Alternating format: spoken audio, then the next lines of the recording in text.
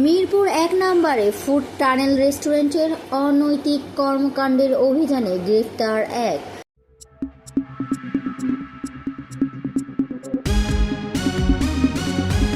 Desk report. Mirpur ১ এলাকার চিড়িয়াখানা রোডে অবস্থিত ঈদগাহ মাঠ সংলগ্ন একটি ফুড টানেলের ৩য় তলার ভেতরের কক্ষকে কেন্দ্র করে গড়ে ওঠা একটি রেস্টুরেন্টের দীর্ঘদিন ধরে অসামাজিক কার্যকলাপ চলার অভিযোগ উঠেছে।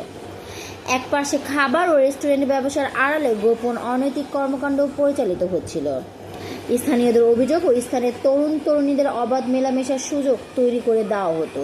এমনকি কক্ষের ভেতরে বালিশ ও আরামদায়ক পরিবেশের ব্যবস্থা রাখা হয়েছে, যা নিয়ে এলাকাবাসীর মধ্যে চরম অসন্তোষ বিরাজ করছিল। অনেক অভিভাবক উদ্বেগ প্রকাশ করে সাংবাদিকদের বলেন, এই ধরনের কার্যকলাপ সমাজ ও তরুণ প্রজন্মের জন্য মারাত্মক হুমকি হয়ে দাঁড়িয়েছে। গোপন অভিযোগের প্রেক্ষিতে রাজধানীর মিরপুরের শাহালী থানা পুলিশ বিশেষ অভিযান পরিচালনা করে।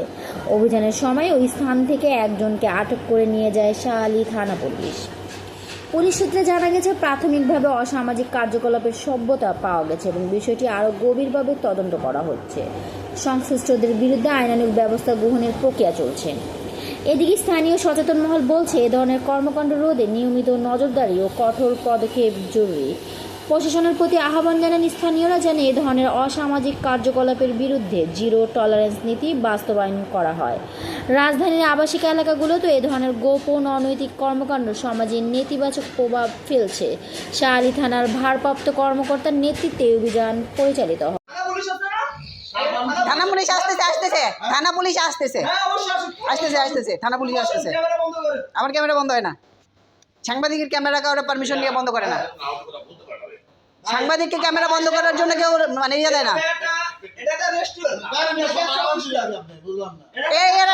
সব বের করে দিছে।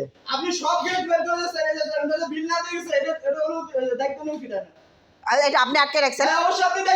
আমার কাছে ভিডিও আছে না, নিব দায়িত্ব নিব, সমস্যা নেই, দায়িত্ব নিব, প্রবলেম নেই। হ্যাঁ রাখছি সবগুলো ডকুমেন্ট রাখছি। আপনি বসেন, 10,000 টাকা বিল দেবো, সমস্যা নেই, বিল লাগলে দিলাম।